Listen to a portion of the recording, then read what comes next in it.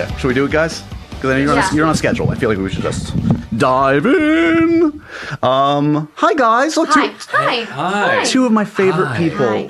Do you know who we were just talking about? Saoirse Ronan and Tavi Gevinson. Yes. Who I always want to say Gelson's, but that's the grocery store. Same difference. Gevinson. She's heir to the Gelson's saying that throne. They were lovely, and I just want to go on the record to say that they're both lovely. I love and Hannah. we love them, and we all agree that we love As them. opposed to the shit talking that we had. We were doing a lot of shit talking. But not about to them. make up for that. Now we're talking about nice that those are two people things. that we love, and we're just going to talk about a bunch of things that we love. Positivity. Right. What are you loving right now, Sam? What do you have love for in your life? I am loving life. Oh, no, I'm just not really. No.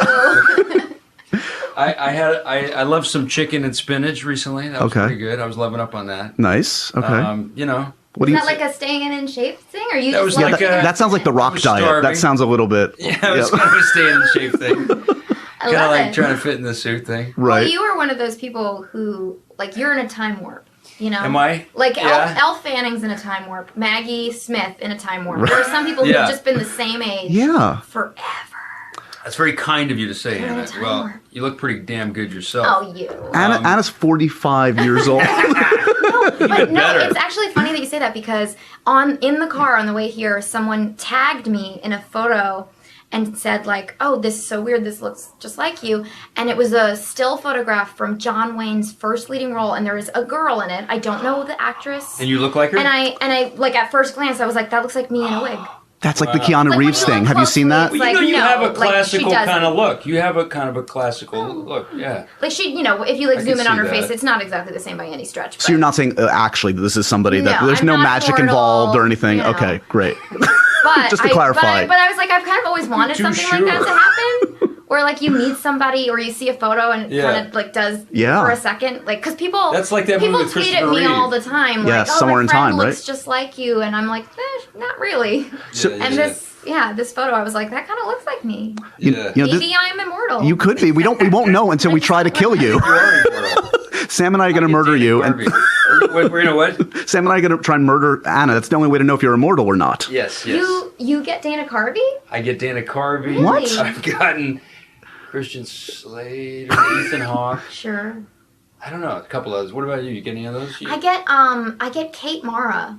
Okay. And I think Kate Mara is like Kate Mara. such a mega babe that I'm so flattered. And it happens to her too, and I always feel like bad because I'm like, I feel like I'm the awkward, less symmetrical one. So I'm like, sorry about that, Kate Mara. But whenever people are like, oh, I love you in House of Cards, I'm like, you think I'm pretty. She is wee like you. She's got the weeness. Babe. You are She pretty. is sweet. Yeah, we're all babes here in our own respective way. Three babes sitting in a room. You know, this age discussion is foremost on my mind. Not to make it about me, Yes, but yes. I just turned 40 a couple days ago, guys. You look like a babe in the... I wasn't. Come on. I wasn't searching for that, but thank you. But Anna, you turned 30 last year, a few months ago, right? Yeah, something Right. like that. Was that a big thing? Was that like? No, it was, you know, because, like, basically since I was in my late 20s, I felt like, well, this is 30s. Like, it's just, like clinging to the idea of being in your 20s when you're 27, 28, 29 is just like, you know, I was in my 20s when I was, like, 24. Right. And now it's like, yeah, I'm basically 30. Like, no one's going like, oh, my God, you're so young. Right. Like, I don't even know what to talk to you about 28 years old. So, I didn't feel weird about turning 30 at all. Was there a big one for you, Sam? A big age or one that you're dreading in the future? I'm so old. No. I'm so much older than it. I'm like, 40 was good. I like 40. Okay. I actually thought 40 was my favorite age, and I wish I could have just stopped the clock at 40.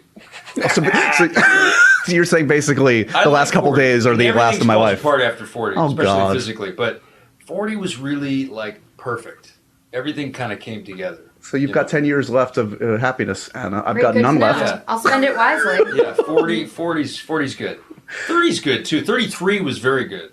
Why is that? You felt a little I Jesus-y, don't a know, little. this is Jesus' age. Yeah. And I don't know. It was a good year for some reason. It was a good year for me. Yeah, 33 and 40.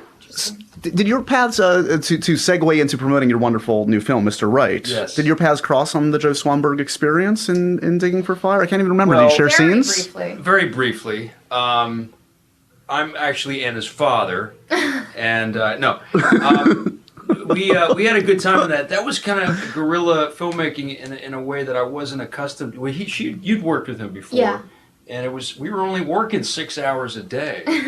And No, I was shooting another movie in the daytime. Is that just the And, Swanberg Way? The night that we met, I had been shooting Cake in the daytime. That's right. And Messina was doing that Messina too. was doing the Cake. Yeah. So then at night, I would go and shoot this movie with Joe, and Sam was there, and Chris Messina and I are like making out in a pool. And then the next day, I'm like playing this buttoned-up wife, and he's playing like, you know, the beleaguered divorcee. Right. So he's in a suit and I'm in like a floral top. And the previous night we're like running around doing fake lines of coke. So that was a very odd experience to see him the next morning. Yeah. Like, it was like we'd had a real night of like partying, and you see each other at the office the next day, and you're awkward trying to both encounter. pretend that you're like respectable citizens. Yeah. It was willy-nilly. It was out there. It was definitely it was out there. But it was fun. And we had Brie Larson and Jake Johnson, Rosemary who's DeWitt. great. Insane cast. Yeah. Rosemary. So does that screw with your head, guys, when you're doing either two films at once, or you're doing a play and you're trying to do a film or something like that? Is it almost good to kind of be? I've gone back to back, but I haven't done that. That sounds really intense. I don't know if I could do that.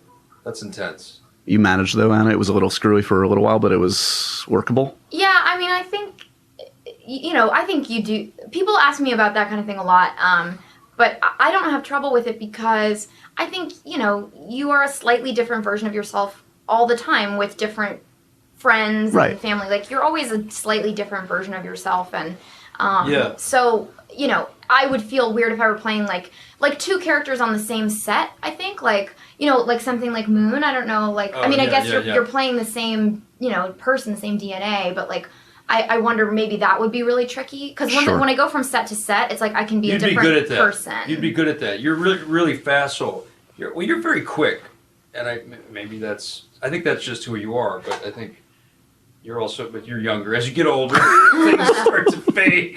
You managed on Moon. You were fine there, man. Yeah, I was younger then, but yeah, I think you'd be really good at that, because that's like a rhythm thing, and it's like a dance. I feel like it's like music. I think you'd be very good at that kind of a thing, actually. I saw Tom Hardy was great in that. How you? Legend, is that sure. how you did Moon? Like, I'm such an idiot. When we were on set, I never asked you. No, it was a rhythm it. thing. It was all. You could talk about it for hours, but basically it was a rhythm thing where, there's this motion control. I'm sure Tim can explain. You can't move anything. In the shot. It's this very loud camera, and so it's very technical. So then I would have an earwig, and so if one of the clones was coming to get the ping pong, I would kind of retract, and I wanted to retract, I would have to make a noise like that or something, so that when I wasn't, because I'm not seeing anything. Yeah. So then when I heard the noise, that's your cue. Retract, yeah. And it was very weird stuff. And to ad lib is kind of a nightmare. You have to fit in that little window. Right. So you have an earwig in your ear of the previous take. Hearing yourself. And I would watch it in the makeup chair when they would do the makeup for the other clone. We'd have to rehearse twice. That was a weird thing. And so the second AD, the first AD would be like, all right, let's go up to makeup. And I'd be like, Mick, we gotta do it again, but I gotta switch. It's very strange. Well, speaking of sci-fi, I have to bring this up because I was just listening to you on another podcast the other day, and have you heard this? He talked about a Galaxy Quest sequel that was going to be shooting. I thought you knew about that. Yeah, I didn't know about that. Dear Alan Rickman passed away, so. Oh God. Tim Allen's on a show that he can't get off of, and I think they bagged it. Yeah. We're gonna do it on Amazon. Oh my God, I love that. I was growing a mustache. I was growing up. Thanks for saying that. We all adore that one. That's a heartbreaker. What can you tease anything of what the story? I was growing a mustache. That was the first date I ever went on. Really? Ever in my life, first date ever in a movie. I went to see you in Galaxy Quest. Are you kidding me? Yeah. Sitting there going, I didn't want to ask how old you were. Are we gonna kiss? Is he gonna kiss me? That's adorable. In high school. Was amazing. Was Justin coming back too? In fairness, he didn't kiss me, so maybe it was not a first date. Maybe my first date was much later. Yeah. Well, did you eventually kiss him? Because maybe it set it up. Maybe we did. Vibes. Yeah, we did eventually kiss. Yeah, it's maybe good vibes. Good vibe. Like very sexy movie. Eventually, it was gonna get. Tony Shalhoub and Missy Pyle. That's a beautiful, nice romantic thing. Yeah, probably not biologically sound, but yeah. Was Justin coming along too? Was everybody on board? Justin was going to do it. Yeah, Justin was. Justin Long, right? I met him. He was going to do it. Yeah. So Crazy. Yeah. One of those things. So, okay, so you guys finally get together in a big way for this one. Crazy Max Landis script. If people don't know Max Landis' work, that speaks volumes. Because she knows Max a little bit. I had known Max. He's a character. He is a character. He's a wild character. I kind of love him. He's out there. He's very dear. He's got a very dear heart. Very earnest, but very... his way he dresses, and it's wild. He's like a cartoon character. Well, supposedly Jesse Eisenberg based his Lex Luthor a bit on Max Landis in Batman vs. Superman. That makes a lot of sense. That's amazing. In so many ways. Is Max going to be there? Because it is with Max, you're like, I don't know, are you a hero or a villain? Right. It could go either way. Yeah. So what does this is this one of those scripts that then pops off the page? Like, this is a unique, interesting dialogue that's worth It was, right? It was a dialogue-driven script. Yeah. I mean, it was character-driven and we got to play real, interesting characters, three-dimensional kind of wacky people. Yeah. So it was fun. It was a lot of fun. Have you guys had to do like a romantic relationship or something, or a sex scene on film with somebody that you actively disliked? Yes. How'd that go? It was really... Oh, I should have just said no. Oh no. Combing through the IMDb. It wasn't like a big sex scene per se. I've never done like a sex scene. But there have been actors, like the one that sprung to mind when I so quickly jumped on that. Was like, there was this one day, and it was there was a day where the director was like, and then like you guys kiss and whatever, and I was so like, I don't understand why we would kiss in this moment. I don't know, like, and I was arguing it from a character standpoint in a way that at the time I really felt like, I just don't understand why this moment, why would we kiss in this moment? And then basically the director was like, because you're romantically involved. And I was like, right, okay, it's just that I don't like him. Was it just kissing, or was it more? It was just kissing, but it was just that weird thing where I couldn't justify kissing him because I didn't want to. Even though that it didn't make sense to me that like the scene, because within the scene, like, he didn't convince me that I wanted to kiss him. Right. And that was about me, not, like losing Don't sight make it about your limitations. Yeah. You were working with an asshole. I didn't like it. It's true. You have to earn a kiss dramatically, don't you? Or comedically or whatever. It's almost like if you make a choice to smoke a cigarette or in a cup or have a whiskey, it's almost like I feel like you have to earn it emotionally. Right. Within the story, like, why are you having the whiskey, or why are you kissing here? Like, you have to. I don't know if that makes any sense. No, completely. Story-wise, you have to sort of earn it, and I think I know what you mean. I had it too a long time ago. Of course I can't say who it is, but yes, that is difficult, and I had the same thing, and it was like, there was not.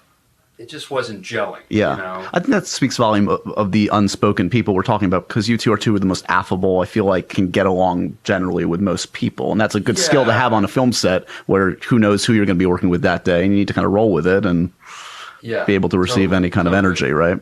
I think we've also, the two of us, been very lucky. I mean, I've never been on a set where an actor is like making me, feel like psychologically damaged or sad or any, and some people have worked with people who make them feel bad, and that, that hasn't happened. I've had personality clashes, but I've never had something where I'm like, I wouldn't want to be in the same room with that actor. Like, that's, We have a silly sketch to shoot in a second, so we'll vacate the office in a moment. But I do want to ask, so you guys have a lot going on. I'm going to see you a couple times, Anna. Pitch 3. What are you, my person? Yeah. Apparently, yes. Thank you for listening, my girl. Is there a timetable for that? I wasn't even going to ask, but is there? What? Pitch Perfect 3. Do we know what the timetable is? Anything? It is like nothing I have truly, I'm saying it with a smile on my face, but it is truly like nothing I have ever experienced, where we are being kept in the dark. Really? In this weird way that like... It's like you're in a Star Wars film. You're like... except that it's like, I'd like to think that they wouldn't do that to, to Daisy on like film 3. Exactly, the key components that have been there from the start. Where you're like, I kind of know. and also like it's not going to be like a big like, oh, is she related to Luke Skywalker? Like there's nothing like that. And it's like, oh, what songs are we singing? It's like really, there's not a big. It's not Inception. It's not Star Wars. Like nobody's going like, oh, I need to find. No, there are what's the big secret? We don't know that. There's not like forums devoted to fan theories. It could be going in a new direction. Maybe crazy. You're gonna beatbox. Insane. That's the big secret. What, hey, was Elizabeth Banks directing it? I think so. Okay. I had heard. Yeah, I think that's the plan still. That's cool. That's cool. So that's coming up. You're promoting a couple films coming up soon. You and Zac Efron and Adam Devine have something funny. I know cooking. Adam Devine and I are in another movie together because he's in Pitch 1 and 2. Oh right, of course. And he's in Mike and Dave. And again, we like sort of made a point to make it through the whole movie without ever making eye contact. Because so this is the third movie now where we're in the same movie and occasionally in the same scenes, but never acknowledge like. We want to maybe do like a version where one of us is like Tyler Durden. I was going to say, I had a theory for a second this was the asshole you were talking about, but no, you love Adam. I love Adam. I just did some press with Adam in Austin and it was really fun. Nice. And so I do like hanging out with him. We just like made a point to not make eye contact on screen. Oh, you're doing a thing with Zac Efron. I like him. Yeah. I like him. He's great. I like him. He's a great guy. He was really good in that. And Sam, I just saw you on stage. Amazing. Oh, you're looking at the Michael Shannon? Yeah, dude. What the F is that, bro? Michael Shannon, non-sexual escort? Awesome. It's a sketch I did with him. Weird. Dude, I love it. You will love it. I guarantee it is pure Rockwell. Escort. What does that mean? That's amazing. It was a sketch where I ordered him as an escort, but he comes over just to entertain me and nothing sexual. I gotta watch that. You'll love it. Entertain you like as an actor or just like hang out and be your buddy? Exactly, the latter. So it's like we play like Twister and stuff like that. God, that's so funny. Yeah, he sings me a lullaby. It's actually one of my favorites. That's great. Which is the perfect segue. We're going to go off and do something really stupid right now. Let's do it. You guys ready? I love stupid stuff. Let's do some stupid stuff. All right, guys.